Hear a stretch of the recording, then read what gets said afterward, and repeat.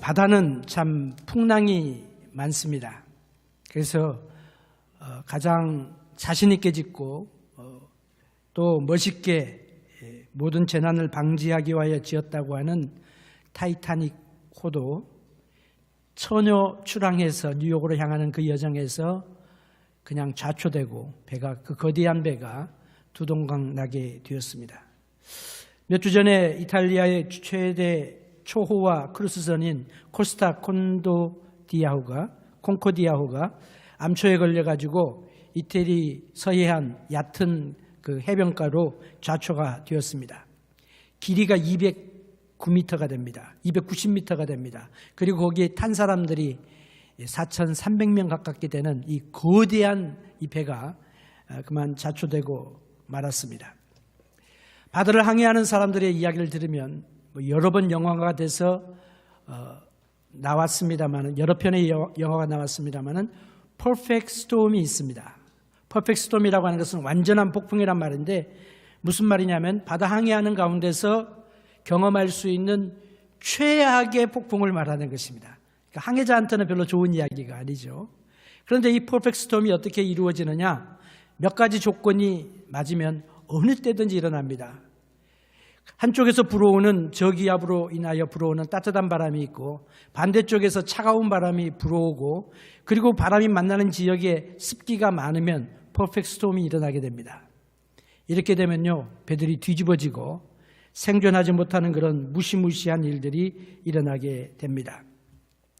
우리 인생의 여정에도 마찬가지입니다. 인생의 여정에도 인생의 풍랑이 있습니다.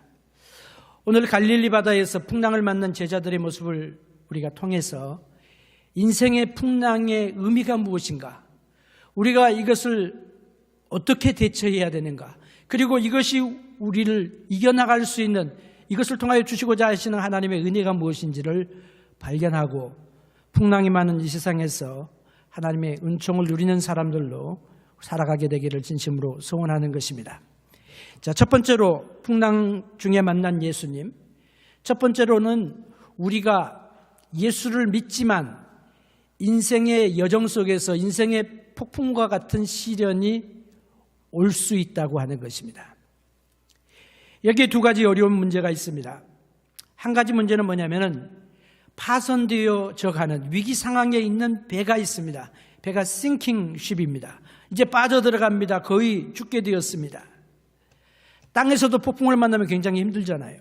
그런데 바다 위에서 폭풍을 만나는 것입니다. 큰 놀이 일어납니다. 큰 파도가 일어납니다. 갑자기 일어나는 바람 앞에서 매우 위험한 생명이 풍전등화와 같은 이런 위기에 빠지게 되었습니다. 물결이 배에 가득하게 되었습니다. 배에 덮치게 되었습니다. 큰 파도입니다. 속수무책일 수밖에 없는 인생인 것입니다. 특별히 퍼펙트 스톰은 너무너무 위험한 것입니다. 오늘 우리가 이 말씀을 읽으면서 기억해야 될 것이 있습니다. 이것은 그냥 어느 사람들이나 세상 사람들이나 예수 믿지 않는 분들이 세상에서 당하는 인생의 고해라고 하는 그런 의미의 폭풍이 아니라고 하는 것입니다. 이분들은 예수를 믿는 사람들입니다. 예수님의 제자들입니다. 그런데 제자들이 폭풍을 만난 이유가 무엇이냐? 예수님의 말씀에 순종하였기 때문에 폭풍을 만나는 것입니다. 예수님께서 뭐라고 말씀하십니까? 20절에 보니까 바다 건너편으로 가자 말씀하십니다. 그리고 23절에 보니까 예수님께서 배에 오르셨습니다. 예수님이 먼저 오르시니까 제자들이 따라 쫓아갔다 그랬습니다. 제자들이 쫓았더니 24절에 보니까 바다에 큰 놀이 일어나 물결이 배에 덮이게 되었다 그랬습니다. 예수님의 말씀에 순종하여 가는데 바로 폭풍 가운데로 들어가는 거예요. 우리가 반역하거나 혹은 불순종해가지고 당하는 폭풍이 있습니다. 그런데 폭풍이 올 때에 꼭 그렇게만 오는 것이 아니란 말이죠. 하나님의 뜻을 순종하고 가는데도 불구하고 폭풍을 경험하게 될 수도 있는 것입니다. 사실 이런 엄청난 폭풍은 갈릴리 바다에는 자주 있는 것입니다. 갈릴리 바다는 여러 가지 이름으로 불리죠. 디베랴 바다, 게네사렛 호수, 갈릴리 호수, 많은 이름으로 불리어지는 곳인데 길이가 한 13마일쯤 되고요. 폭이 한 8마일 정도 됩니다. 넓은 곳이. 그리고 바닥의 그 수심이 한 61m 됩니다. 굉장히 깊은 거예요. 뭘 생각하면 좋냐면요, 절구통 생각하시면 됩니다. 갈릴리 북쪽에는 헬몬산이라고 하는 큰 산이, 높은 산이 있습니다. 거기에는 항상 만년설이 있습니다. 눈이 1년 내내 녹지 않아요. 그리고 이 갈릴리 바다를 중심으로 해가지고 사방이 이렇게 높은 지대로, 산지로 이렇게 둘러싸여 있습니다. 갈릴리 바다의 수면의 높이가 해면의 높이보다 212m나 더 낮습니다. 그래서 그런 절구통과 같은 그런 구조예요. 그래서 저녁이 되면은 산 위의 공기가 아주 급히 냉각하잖아요. 그리고 바다의 그 공기는, 호수의 공기는 따뜻합니다. 그렇기 때문에 차가운 바람과 따뜻한 바람이 만나게 될 때에 퍼펙트 스톰이 생기는 거예요. 자주 생기는 것입니다. 위험한 것입니다. 난폭한 이 폭풍은 경고 없이 일어나는 거예요. 우리 요즘에 인생의 기상 예보가 발달이 돼가지고 어느 정도 우리가 예측을 할 수 있잖아요. 레이더를 보면서. 그런데 갑자기 일어나는 폭풍들이 있어요. 우리 사람도 마찬가지예요. 바로 1분 전에는 우리가 따뜻한 태양볕을 쬐면서 따뜻함과 그 밝음과 그 편안함을 우리가 누렸지만 다음 순간에 천둥이 치고 번개가 내리고 바람이 불고 거친 파도가 일어나는 것이 인생입니다. 조금 전까지만 너무너무 기쁘고 즐겁고 행복했는데 전화벨이 울리고 난 다음에 전화벨 받는 순간 인생이 바뀌는 순간 있는 거예요. 갑자기 폭풍 속으로 들어가는 것입니다. 의사를 찾아갔습니다. 정기검진이고 내 지금 건강하니까 아무런 문제가 없을 거라고 생각을 해서 진단을 받았는데, 검사를 했는데 의사 선생님이 검사 결과를 가지고 나를 맞이하는, 대하는 태도가 심상치 않단 말이에요. 의사 선생님 얼굴 표정이 심상치 않은 거예요. 어느 사이에 인생의 폭풍 속에 들어가 있는 것입니다. 편안하게 살다가 갑자기 교통사고를 당하고 열심히 일하는데 보스가 오피스로 불러서 들어갔더니 그만두라는 이야기가 듣고 말이죠. 갑작스럽게 폭풍 속에 우리가 들어갈 수 있습니다. 이런 폭풍들은요, 갑작스럽고 급하고 경고가 없이 오는 것입니다. 오늘 우리가 주님을 따라가는, 주님의 제자들로, 하나님의 자녀들로 살아가는 우리들은 인생의 폭풍을 두려워해서는 안 됩니다. 인생의 폭풍을 두려워하지 않는 것이 믿음입니다. 주님을 따르려면요, 신앙적인 모험심이 필요합니다. 저녁에 갈릴리 바다를 건넌다, 이거 위험한 것이었습니다. 심한 기온차로 인하여서 밤에 호수를 횡단하는 것을 꺼렸습니다. 확률적으로 파도가 일고 풍랑이 일기가 쉽단 말이죠. 바다를 잘 아는 제자들 아닙니까? 그런데 순종했어요. 주님이 가자 그러시니까 따라갔어요. 주님이 배에 타시니까 따라서 타셨어요. 주님, 오늘은 제가 기분이 안 좋은데 다음에 제가 가겠습니다. 저는 걸어가겠습니다. 그게 아니하고 예수님과 함께 배에 탄 것입니다. 그래서 신앙은 모험이어야 됩니다. 모험적인 신앙이 좋은, 신앙에는 항상 모험적인 그런 요소가 포함되어져 있어요. 유명한 철학자, 크리스찬이며 철학자였던 키에르키고르, 그는 모험이 없으면 신앙도 없다라고 이야기를 했습니다. 신앙은 모험이에요. 눈에 보이는 것만 가지고 나가는 게 믿음이 아니거든요. 보이지 않을지라도 말씀에 의지하고 순종하고 나가는 것이 신앙의 모습입니다. 그리고 여기에서 우리에게 주시는 하나님의 놀라운 은혜와 축복이 있는 것입니다. 폭풍이 일어나는데 왜 폭풍이 일어나느냐? 세 가지 이유가 있어요. 첫 번째로는 내 자신에 의해서 내가 일으키는 폭풍이 있습니다. 하나님의 말씀에 불순종하고 하나님을 거역하고 살 때에 폭풍이 올 것이다 하는 것을 우리는 압니다. 영적인 존재들이기 때문에, 성경 말씀을 알기 때문에 알아요. 요나가 그랬잖아요. 요나의 폭풍이 어떻게 오게 되었습니까? 요나는 하나님의 명령을 받았습니다. 니느웨로 가서 말씀을 선포하라, 심판을 선포하라. 니느웨는 원수의 나라거든요. 하나님께서 그냥 멸망시키면 되지 왜 나를 보내가지고 그 원수의 나라에 가가지고 하나님 말씀을, 심판을 전하라고 하느냐. 기분이 나빴어요. 싫었어요. 그래서 어디로 갑니까? 니느웨로 가지 아니하고 반대 방향으로 다시스로 갑니다. 지금의 스페인으로 갑니다. 스페인으로 가기 위해서 배를 탔습니다.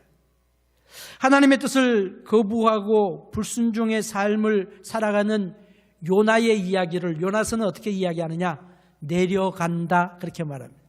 내려갔습니다. 어디로 가요? 욥바로 내려갔다고 했습니다. 배로 내려갔다고 했습니다. 그 다음에 배 밑창으로 내려갔다고 했습니다. 그 다음에 풍랑이니까 요나가 자기 때문에 풍랑이 있는 줄 알고 다른 사람 너희들과 살기 위해서는 나를 바다에 던지라. 그들을 던졌어요. 바다 밑으로 내려갑니다. 그 다음에 어디까지 가요? 물고기 뱃속까지 내려가게 됐어요. 이것이 예수 말씀을 순종하지 않고 살아가는 불신종의 길은 오직 한 가지 길밖에 없는데 내려가는 길밖에 없는 거예요. 다른 초이스가 없는 것입니다. 요나는 자신의 강팍함과 불순종으로 인하여 폭풍이 왔습니다. 내려가는 인생입니다. 실패하는 인생입니다. 그런데 하나님의 은혜가 뭡니까? 하나님의 은혜는 내려가는 요나를 다시 올라오게 하시는 거예요. 근데 내려가는 요나를 어떻게 다시 올라오게 하느냐? 인생의 폭풍을 허락하심으로 내려가는 요나를 다시 올려주시는 것입니다. 그래서 다 같이 따라합시다. 폭풍도 복이다. 폭풍도 은혜다. 그럴 수도 있단 말이죠. 두 번째 폭풍은 어디에서 어떻게 오느냐? 하나님께서 일으키시는 폭풍이 있습니다. 요한복음의 6장에 보면은 예수님께서 오병이어 가지고 5,000명을 먹이십니다. 12광주리가 남습니다. 사람들이 보고 그냥 눈이 뒤집혀졌어요. 야, 예수님을 갖다가 우리의 왕으로 삼으면 먹고 사는 걱정 하나도 없겠다 생각을 하고 갈릴리 사람들이 예수님을 왕으로 추대하려고 막 그냥 몰려들었습니다. 제자들은 유혹을 받았어요. That's not bad idea. 그렇게 생각. 괜찮은 일이다 생각을 했어요. 예수님의 대답은 뭡니까? No, 아니다 였습니다. 그래서 예수님께서 제자들에게 가버나움으로 건너가는 배를 건너가라고, 배 타고 건너가라고 이야기를 합니다. 제자들만 가는 길에 예수님은 그때 안 타셨어요. 그런데 그들이 폭풍 한가운데를 통과하게 됩니다. 폭풍을 만나게 됩니다. 죽을 지경이 되어지게 됩니다. 하나님께서 일으키시는 폭풍은 뭐예요?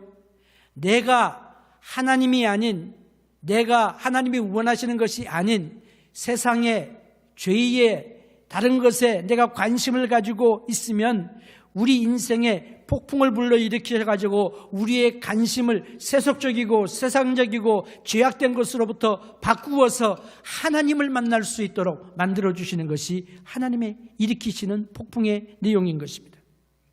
하나님께 집중하게 만들어주시는 것입니다. 그래서 은혜입니다. 이것은. 세 번째로는 사탄이 일으키는 폭풍이 있습니다. 대부분의 인생의 폭풍은 사단이 장본인입니다. 오늘 마태복음 8장에 있는 이 폭풍은 누가 일으킨 것이냐? 저는 이 말씀을 읽으면서 사탄이 한 것이다라고 생각을 합니다. 왜 그러느냐? 26절에 보면 예수님께서 바람과 바다를 꾸짖으셨다고 그랬어요. 꾸짖었다고 하는 말은 언제 사용되냐면요, 마귀를 쫓아내실 때, 꾸짖으실 때 쓰는 그 말입니다. 그래서 예수님께서 누가복음 8장 24절에도 바람과 물결을 꾸짖으시니 이에 그쳐 잔잔하여 졌다고 이야기를 했습니다. 무슨 말이냐면 사단이 예수님을 공격하는 것입니다. 예수님의 제자들을 공격하는 것입니다. 예수님의 타신 배를 뒤집으려고 하는 것입니다.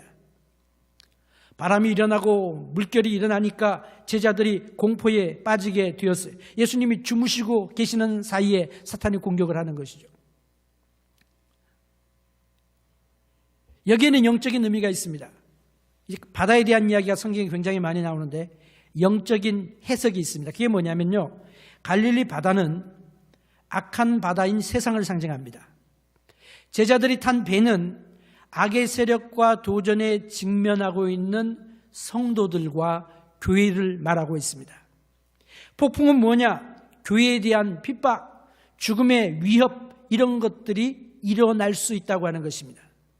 오늘 세계에는 수많은 사람들이, 성도들이 핍박을 당하고 있습니다. 몇 주 전에 묵상한 말씀처럼 몇 천만 명의 4,300만 명에 되는 많은 사람들이 순교를 당했는데 그 중에 절반은 지난 한 세기에 일어난 사건이란 말이죠. 지금은 핍박의 시대예요. 우리는 가장 안전한 지대에 살고 있지만 전 세계적으로 예수 때문에 당하는 핍박과 고난이 일어난 그런 시대 속에 우리가 살고 있는 것입니다. 그런데 우리가 기억할 것이 있어요. 뭘 기억해야 되느냐?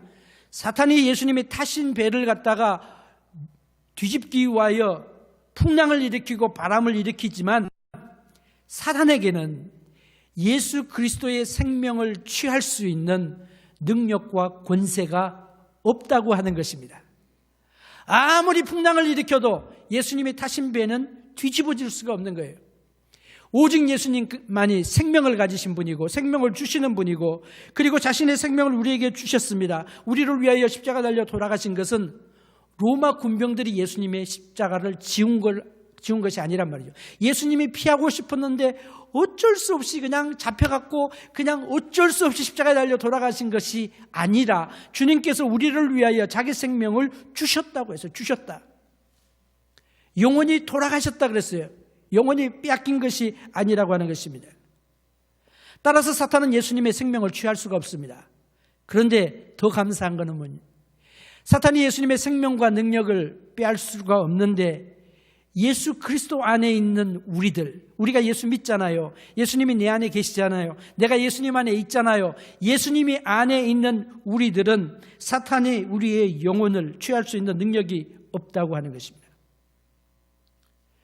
사탄의 풍랑을 일으킴으로 바람을 일으킴으로 우리를 두렵게 합니다. 딴 길 가게 합니다. 예수님 따라가는 게 너무 힘들다. 나는 조금만 해도 그냥 멀미가 나는데 풍랑이라니 나는 노 땡큐. 그리고 돌아서게 우리를 만드는 것이 사탄의 의도인 것입니다. 그런데 이번 폭풍은 심각한 거죠. 제자들의 많은 사람들이 어부들이었습니다. 갈릴리 바닷가에서 자란 사람들이 갈릴리 사람들이잖아요. 대부분이 갈릴리 사람들입니다. 갈릴리 바다를 잘 압니다. 수년 동안 고기를 잡은 사람들입니다. 바다에서 잔뼈가 굵은 그런 사나이들입니다. 바다의 사나이들입니다. 수많은 폭풍을 경험했습니다. 그런데 이 폭풍은요, 지금까지 경험하지 못했던 폭풍이에요. 너무너무 힘든 폭풍이에요. 죽을 것이라고 하는 그런 기절초풍하기 직전까지 가는 바로 그런 패닉 상태에 들어가게 된 것입니다. 첫 번째 문제가 뭐예요? 싱킹 쉽이 문제다. 물속에 빠져들어가는 배가 문제다. 두 번째 문제가 뭐라고 생각합니까? 예수님이 주무시고 계시네요. 주무시는 예수님이 문제예요. 24절에 보면 예수님이 주무시는지라 이 시제를 보면 미완료 시제를 사용을 했습니다. 다른 말로 하면 예수님이 계속해서 주무신다는 말이에요. 그런데 예수님이 주무셨다고 하는, 배 타면서 주무셨다고 하는 말은요, 이번 사건만 그렇습니다. 예수님 배 타고 주무셨다는 말이 없어요. 그런데 이번에는 배 타고 주무셨어요. 마가복음 4장 38절에 보니까 예수께서는 고물에서 베개를 베시고 주무셨다. 배에서 고나셔가지고 예수님이 주무시고 계시는 거예요. 다른 때는 제자들이 잠잠하고 예수님이 기도하셨잖아요. 깨어 계셨잖아요. 그런데 이번에는 예수님이 주무시는 거예요. 제자들은 그냥 자기들이 당한 어려움 때문에 그냥 손톱을 물러뜯고 그냥 어쩔 줄 몰라하고 안절부절하고 소리 지르고 그래서 이것을 해결해 보려고 그렇게 하는데 예수님은 편안하게 주무시고 계시는 거예요. 제자들이 탔던 배가 어느 정도 사이즈인지는 우리가 짐작할 수가 있습니다. 왜냐하면요, 갈릴리 바다에서 배가 발견이 됐는데 한 30년 전이 30년 정도, 40년 정도, 30년 정도 그렇게 됐는데 그 배가 1세기의 배라고 발굴이 됐어요. 땅 진흙 속에 묻혀 있는 게. 그래서 예수님이 어떤 종류의 배를 탔을 것이다. 이제 다 알고 있습니다. 우리가. 복음까지 해가지고요. 비싼 배도 만들었어요. 한 몇 명이 탈 수 있는 그런 배예요. 큰 배는 아니지만. 그런데 예수님께서 거기서 주무시고 계시는 거예요. 여러분, 주무시는 예수님을 보면서 여러분 어떤 생각을 하십니까? 그 예수님의 평안함. 폭풍 속에서 주무실 수 있는 예수님. 평안함이 거기에 있는 거예요. 광풍 속에서 편안하신 거예요. 왜 그렇습니까? 예수님이 왜 주무셨을까요? 너무 그냥 피곤해가지고 골아떨어지셔가지고 풍랑이 막 요동하는데도 모르고 주무셨을까? 그것보다는 하나님을 모신 사람이 가질 수 있는, 성도들만이 가질 수 있는 평안함이 주님에게 있는 겁니다. 왜 그렇습니까? 하나님의 아들이시잖아요. 하나님께서 함께 하시잖아요. 그래서 예수님이 가지신 그 평안함이 뭐냐? 바로 예수님과 함께한 우리들이 가져야 되는 평안함이란 말이에요. 예수님께서 요한복음 14장 27절에 평안에 대해서 말씀하십니다. 평안을 너에게 끼치노니 곧 나의 평안을 너에게 주노라 그랬습니다. 두 가지 평안이 있습니다. 끼쳐진 평안이 있고 주어진 평안이 있습니다. 다음에 우리가 묵상하겠지만 너희는 마음에 근심도 말고 두려워하지도 말라. 평안을 주셨는데 인생의 폭풍 속에서 여러분 예수님이 주무시는 것과 같은, 하나님이 주무시는 것과 같은 그런 경험을 여러분 해보신 적이 있습니까? 예수님이 어디 계신지 모르는 거예요. 하나님의 응답이 없는 거예요. 하나님 지금 무슨 일이 일어나는 것 모르십니까? 내 인생에게 일어나고 있는 이 문제를 주님께서 모르십니까? 왜 나를 돌보아 주시지 않습니까? 하는 그런 탄원 섞인 그런 기도를 여러분 들어보신 적이 있습니까? 나는 너무너무 힘들어 죽겠는데 주님은 어찌 그리 태평이십니까? 이것은 주님이 몰라서가 아니고 주님이 무관심해서가 아니라 절대 안전이 보장되어져 있기 때문에 평안하신 것입니다. 구해 주실 것이니까 평안한 것입니다. 인생의 폭풍을 경험하는 우리들은요, 오해를 합니다. 무슨 오해를 하느냐? 내가 모든 것들을 잘 알고 있다고 생각을 합니다. 하나님은 모르실 거야. 다른 사람은 모를 거야. 내가 지금 당하고 있는 내가 내 상정을, 내 형편을, 해결 방법을 제일 잘한다고 생각을 합니다. 그래서 주님께 이야기합니다. 주님, 무엇을 해 주셔야 됩니다. 어떻게 해 주셔야 됩니다. 언제 해 주셔야 됩니다. 그리고 당장 해 주셔야 됩니다. 주님께 이렇게 저렇게 해달라고 요청하고 주장할 때가 있습니다. 사랑하는 성도 여러분, 인생의 폭풍 속에서 우리가 놓치지 말아야 될 것이 있습니다. 인생의 폭풍 속에서 예수님을 만나시기를 주의 이름으로 축복합니다. 예수님을 만나야 돼요. 예수님을 경험해야 돼요. 그리고 예수님을 만나고 예수님을 경험할 때에 그분이 주시는 평안을 우리가 누리기 시작하게 되는 것입니다. 인생의 폭풍 속에서 우리는 예수님을 만나게 됩니다. 두 번째로는 폭풍 중에 만난 예수님은 우리로 하여금 인생의 폭풍 속에서 배우게 하십니다. 배운다고 하는 말이 중요합니다. 배운다는 말은 그냥 머리로 그냥 안다, 그것이 아니라 체험하는 것입니다. 내가 그것을 누리는 것입니다. 이것이 나의 것이 되는 것입니다. 먼저 인생의 폭풍 속에서 우리가 뭘 배워요? 그러면 배울 수 있는 것이 무엇입니까? 먼저 예수님을 경험하게 됩니다. 예수님을 배우게 됩니다. 하나님을 배우게 됩니다. 우리가 배워야 될 것이 뭡니까? 하나님은 나의 충고가, 나의 어드바이스가 필요하지 않은 분이라고 하는 것입니다. 하나님은 나의 시간표와 맞지 않을 수 있다고 하는 것입니다. 하나님의 시간표대로 하나님 움직이시는 거예요. 하나님이 일하시면 내가 일하려고 하는 것과 나의 방법과 다르다고 하는 것을 우리는 받아들여야 됩니다. 하나님의 방법은 나의 방법과 다르고요. 하나님의 시간은 나의 시간과 다르는 거예요. 그래서 우리가 남의 이야기처럼 하죠. 우리는 풍랑당한 사람 아니고 성경을 읽고 지금 제자들을 갖다가 막 이렇게 비판하는 그런 입장이 아니고 사실 이 말씀을 통해서 우리가 생각해야 되는 것은 뭐냐면요. 제자들이 풍랑 속에서 예수님을 깨울 필요가 사실은 없었던 거예요. 왜? 예수님은 늦잠 주무시는 분이 아니거든요. 보좌에 앉으시고 모든 것들을 다 통치하시는 분입니다. 천지를 창조하신 분입니다. 세상 만물이 누구를 통하여 지어졌어요? 예수님을 통하여 지어졌습니다. 예수님이 천지 창조를 하셨습니다. 100% 예수님이 통제하십니다. 예수님 깨울 필요가 없어요. 나사로가 병들었습니다. 베다니의 나사로가 병들었습니다. 매우 심한 병에 걸렸습니다. 그래서 마르다와 마리아가 사람들을 보냈습니다. 예수님, 당신이 지극히 사랑하시는 우리 나사로가, 오라비 나사로가 지금 죽게 되었습니다. 빨리 오세요. 요청을 했어요. 예수님이 어떻게 하셨다고요? 다 알잖아요. 아는 이야기잖아요. 예수님이 이틀을 더 유하셨어요. 직접 안 가시고 이틀을 더 유하고 그 다음에 가셨어요. 가셨더니 나사로가 죽은 지 나흘이나 돼버렸어요. 마르다가 예수님을 보더니 마르다가 예수님을 얼마나 기다렸겠습니까? 마르다가 이렇게 이야기합니다. 주님이 여기 계셨다면 오라비가 죽지 않았을 것입니다. 무슨 말이냐? 주님 왜 이제 오십니까? 그런 말이에요. 왜 이제 오십니까? 아니 좀 있다가 오실 바에는 좀 더 있다가 오시지 그랬어요? 이제 이런 투예요. 진짜 더 있다고 오라는 것이 아니라 늦게 오신 주님이 미운 거죠. 이제 나사로는 이미 죽었어요. 주님 이렇게 하시니까 정말 좋으세요? 속이 시원하세요? 뭐 이런 투예요 지금. 누가 말하는 거겠죠? 그렇죠? 주님께서 하시는 말씀은 뭐예요? 나사로야 나오너라. 예수님은 병든 나사로를 고치는 게 목적이 아니고 죽은 나사로를 다시 살리는 게 주님의 의도였습니다. 그리고 나사로는 다시 살아났고 나사로의 부활을 통하여 예수님은 나사로가 죽었다가 나흘 만에 살아난 것처럼 내가 십자가에 못 박혀 죽을 것이지만 3일 만에 부활할 것이라고 하는 것을 가르쳐 주시기 위한 도구로 사용했던 것입니다. 때때로 우리가 주님이 주무시는 것 같을 때, 주님이 늦게 오시는 것 같을 때에 여러분 믿으시길 바랍니다. 뭘 믿느냐? 주님의 길은 내 길보다 높다. 주님은 결단코 늦지 않으신다. 믿으시길 바랍니다.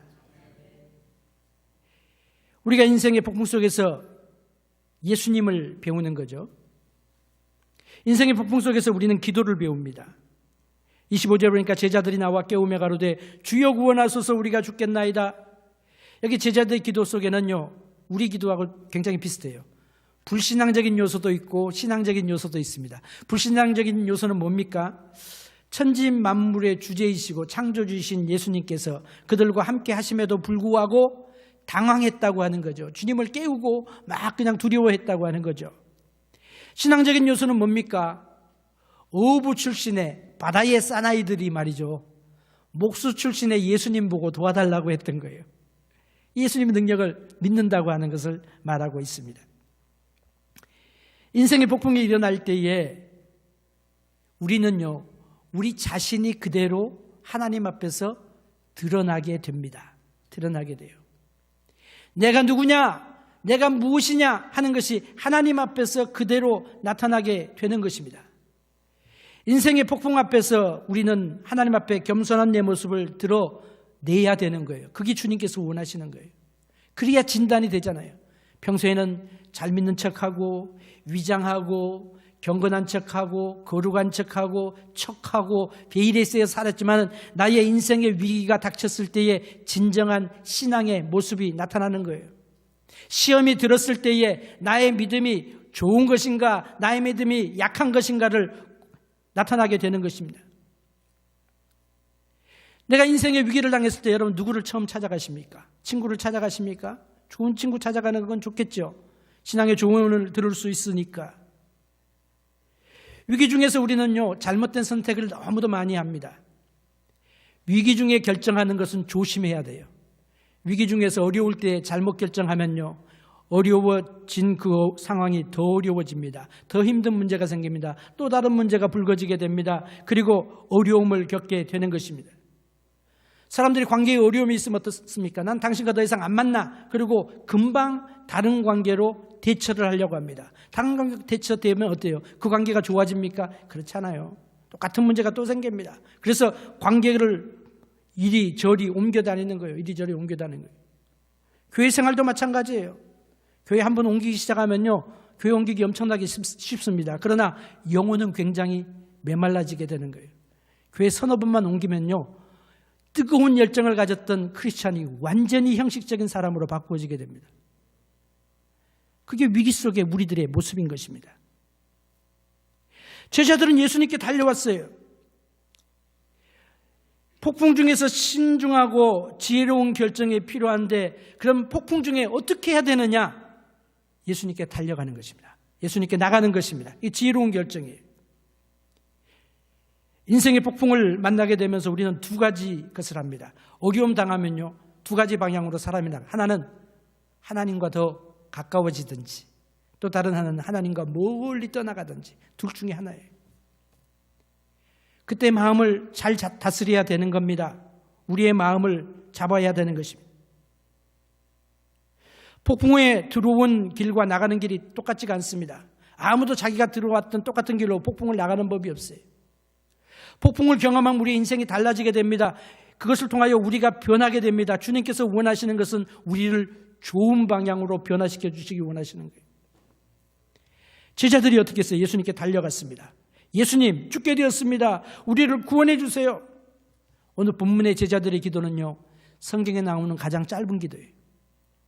그러나 가장 효과적인 기도입니다. 나를 구원해 달라고 주님께 기도했습니다. 자, 배울 것이 뭐예요? 예수님을 배우고, 두 번째는 기도를 배우고, 세 번째는 배울 것이 뭐냐? 인생의 폭풍 속에서 우리가 두려워할 필요가 없음을 배우게 되는 것입니다. 두려워할 필요가 없다. 주여 구하소서 기도했습니다. 믿음의 기도입니다. 우리가 죽어가나이다. 그 말은 무슨 기도예요?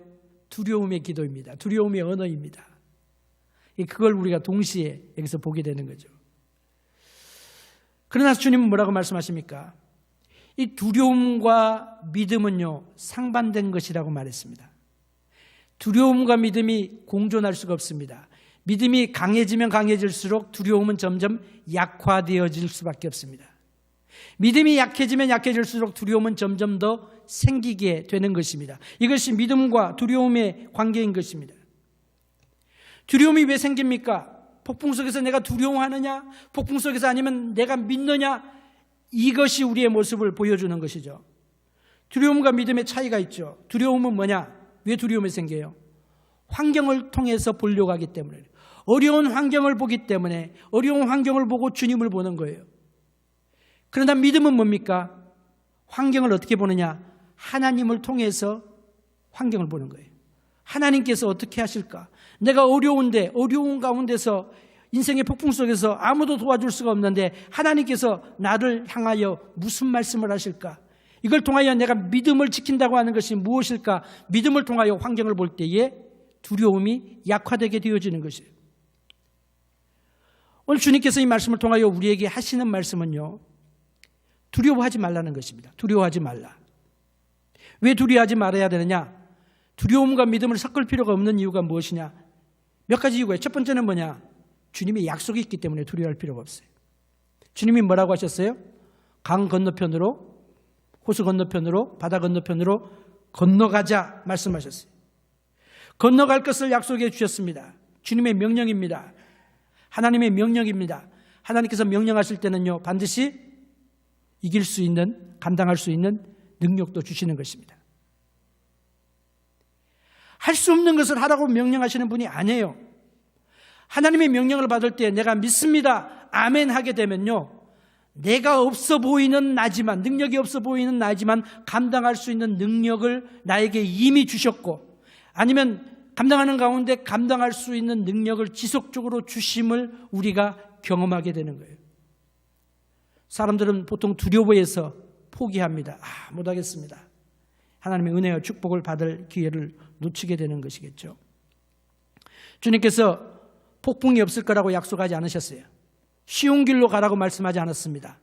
돌아가자 돌아갔으면은 그 길을 얼마 안 되는 길이에요. 돌아가면은 갈 수 있었던 길이에요. 그런데 바다로 지나가자 그래가지고 폭풍을 만나게 된 거예요, 지금. 주님께서 우리에게 폭풍이 없을 거라고 약속하지는 않으셨지만 승리할 것을 약속해 주셨어요. 그래서 믿음이라고 하는 것은 하나님의 약속을 붙잡는 것입니다. 어려운 가운데 인생의 폭풍 속에서 우리가 붙잡아야 될 것이 뭐냐? 주님입니다. 붙잡아야 될 것이 뭐냐? 주님의 말씀입니다. 그리고 믿으세요. 그리고 따라가세요. 붙잡으세요. 주님의 약속이 있었기 때문에 두려워할 필요가 없었을 것이고, 두 번째로는요, 주님께서 그들과 함께 계시기 때문에 두려워할 필요가 없습니다. 주님이 보트에 타고 계셨습니다. 수많은 병자를 고치셨고 또 귀신을 내어 쫓으시고, 주님이 그들의 문제를 해결할 수 있는 능력이 예수님께 있었기 때문에, 그걸 믿기 때문에 따라가는 것 아니겠습니까? 두려워할 필요가 없는 거예요. 세 번째로 그들이 두려워할 필요가 없었던 그 이유는 주님께서 완전한 평화를 가지셨기 때문에 두려워할 필요가 없는 거예요. 무슨 말이냐면요, 이런 거예요. 내가 어려운 형편에 처했습니다. 힘들어요. 나를 도와줄 사람이 누군가? 그분밖에 없네. 내 어려운 형편을 그분에게 이야기를 하고 그분의 도움을 받아야 되겠다. 그분이 도와주면 내가 이 어려움을 이길 수 있는 것 같은데, 그분이 안 도와주면 날 도와줄 사람이 없는 것 같아. 그래서 그분을 찾아갔습니다. 찾아가서 이야기를 합니다. 그럴 때 그분이 내 말을 들으면서 인상을 쓰고 고개를 절레절레 흔들고 한숨을 푹 쉬고 딴 데를 쳐다보고 이러면 어떻습니까? 도움을 청하러 갔던 사람의 마음이 두근반, 세근반, 네근반, 다섯근반 해가지고 마음이 툭 떨어지게 돼요. 낙심이 되는 거예요. 내가 도움을 청하러 갔던 그분이 나를 보면서 반갑게 맞아주시고 나를 보고 웃으시면서 내 이야기를 들으면서 고개를 끄덕끄덕하면서 미소를 지우고, 그런 거 아무것도 아니야, 그런 눈치를 이렇게 나에게 보인다고 할 같은 마음이 어떻게 돼요? 평안하게 되는 것 아니겠어요? 우리의 마음이 인생의 폭풍 속에서 편안해야 되는 그 이유가 뭐냐? 그것은요, 우리의 주님이 평안한 가운데 계시기 때문에 우리가 평안해야 되는 거예요. 하나님이 만약에 안절부절하시고 예수님이 야 이제 왜 나를 깨웠냐? 왜 이제 나를 깨워서 조금 더 일찍 깨우지 말이야. 사태가 악화된 다음에 나를 깨우면 어떡해? 만약에 이랬다고 할 것 같으면 큰 문제가 있었겠죠. 근데 주님께서 그러지 않으셨어요. 주님은 편안히 주무시고 계시는 거예요. 하나님은 당황하시는 법이 없어요. 모든 것들을 다 통제하시고 통치하시고 다스리시고 주관하시기 때문에 문제가 있으면 우린 기도하는 거죠. 우리 인생의 문제 앞에서 두려워하는 것은 믿음이 적기 때문이라 주님께서 그렇게 말씀하셨어요. 사실 얼마나 우리가 겁이 많습니까? 조금만 문제가 있어도 잠이 안 오고 가슴이 뛰고 말이죠. 입안이 마르고 손에 땀이 나고 몸을 뒤치고 이래도 잠이 안 오고 저래도 잠이 안 오고 가슴이 그냥 벌렁벌렁하고 뭐 그러네요.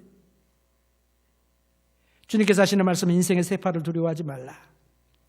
주님과 함께 하려면 세상이라고 하는 바다를 건너려면 세파가 와요. 어려움이 와요. 시험이 와요. 우리가 교회 생활하면서 시험 한 번도 안 당하고 내가 주님 앞에까지 갈 것이라고 생각하는 것은요, 그건 잘못된 생각이에요.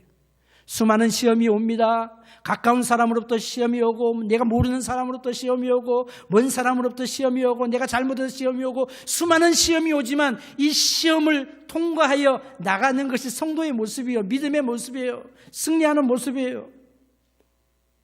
이게 두려우면요, 저편에 갈 수가 없는 거예요. 이게 두려우면 바다를 건너갈 수가 없는 거예요. 이게 두려우면 천국에 갈 수 없는 거예요. 이게 두려우면 하나님의 은혜를 누릴 수 없는 거예요.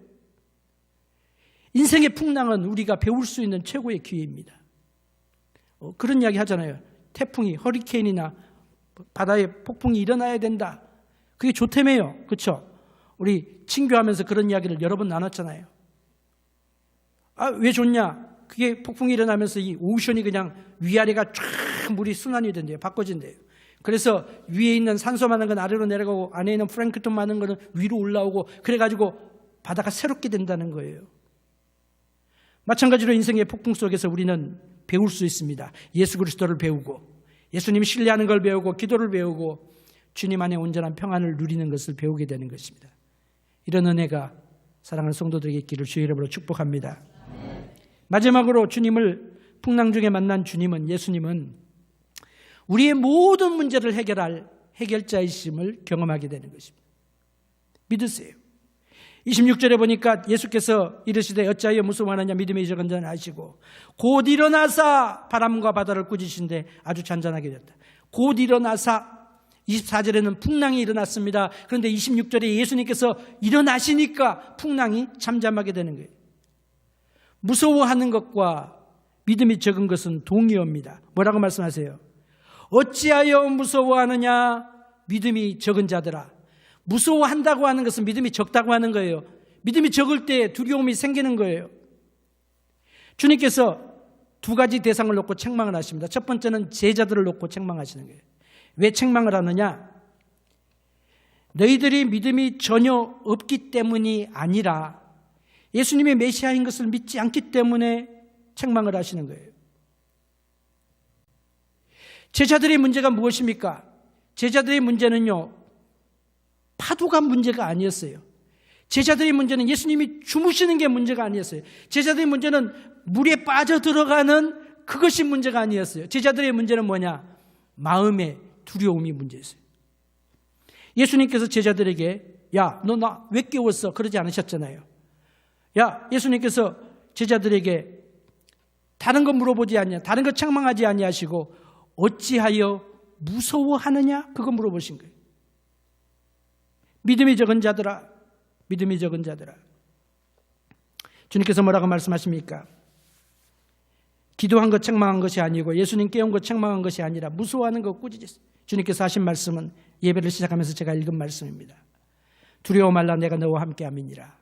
놀라지 말라 나는 네 하나님이 됨이니라. 내가 너를 굳세게 하리라. 참으로 너를 도와주리라. 참으로 나의 의로운 오른손으로 너를 붙들리라고 약속하여 주시는 것입니다. 제자들을 믿음 없음을 주님께서 책망하신 다음에 바다를 꾸짖습니다. 바다가 잠잠해졌다. 아니 살아있는 생물도 아니고 어떻게 자연이 주님 앞에 굴복할 수가 있습니까? 그것은 주님이 창조자인 것을 보여주십니다. 또한 바다를 꾸짖어 잠잠하게 했다고 하는 것은 종말론적인 승리를 보여주는 거예요. 바다는 성경에 여러 가지 용법이 있습니다만 세상을 상징합니다. 악의 세력을 상징합니다. 요한계시록을 보면은 바다로부터 짐승이 올라오잖아요. 하나는 땅에서 올라오고 하나는 바다에서 올라오고 마지막 때에 사단의 최후의 발악을 그렇게 설명을 하고 있습니다. 근데 바다를 꾸짖으시니까 잠잠하게 되었다. 거친 풍랑도 잠잠하게 되고 인생의 어려움도 잠잠하게 되고 바다가 잠잠하게 되시는 놀라운 하나님의 역사를 누리게 된 것입니다. 제자들의 불신앙의 문제죠. 예수님이 바다를 잠잠케 하니까 제자들이 놀랐다고 했어요. 기이 여겼다고 했어요. 제가 이것을 언제 새롭게 경험을 했냐면요. 우리 신혜가, 제 큰딸이 신혜잖아요. 신혜가 직장 들어갔다고 해서 저희는 이제 안 간다 그랬습니다만 하도 고집을 피워가지고 걔가 또 고집이 세거든요. 그래가지고 여행을 스케줄을 잡았어요. 그래가지고 지가 다 어레인지를 해줬어요. 우리 보고 갔다 오라고. 그래 이제 난생 처음으로 멕시코를 갔습니다. 갔는데 딸이 보내줘서 간 거니까 시키는 것 안 할 수 없잖아요. 그래서 이제 스노클링이라고 하는 걸 하는 겁니다. 스노클링은 뭐냐면은 이렇게 이거 튜브 이렇게 하고 물 밑을 이렇게 보는 거예요. 근데 여러분 아세요? 제가 수영을 못한다고 하는 걸. 성진장 집사님처럼 수영을 내가 잘 하지 못해갖고. 근데 수영을 못하는 내가 어떻게 스노클링을 할 수 있겠어요? 코스가 있는데 동굴을 타고 1시간 1마일이 넘나 정확한 건 제가 그걸 갖다가 이제 수임해가지고 지나가야 되는 거예요. 무조건 들어갔어. 왜? 딸이 보냈으니까 그것도 안 하고 왔다 그러면 아빠 체면이 안 되잖아요. 들어갔어요. 구명조끼 이렇게 들어갔는데 어떻게 들어가냐? 구명조끼를 입고 들어가는 거죠. 수영의 가드들이 수영 그 사람들이 지키고 있고. 근데 이런 생각이 들더라고요. 구명보트를 입으니까 내가 익사할 염려는 없다. 그렇죠? 죽을 염려는 없다. 그렇게 생각 물이 뜨니까 죽지 않을 것이다 라고 생각하니까 그 다음에 어떻게 되느냐? 즐기게 됐어요. 그래서 제가 입말이 더 되는 걸 갖다가 제가 수영해가지고 수영 한 번도 못하는 사람이 그걸 입고 저만 입은 게 아니라 다 입히니까 부끄러울 것도 없더라고. 그래가지고 이제 그거 내려오고 스노클링을 제가 했어요. 바닷물을 봤단 말이죠. 밑을. 죽지 않을 것 아니까 두려움이 없어지게 되고 얼마나 즐거운 경험을 하게 되는지. 인생의 여정도 마찬가지예요.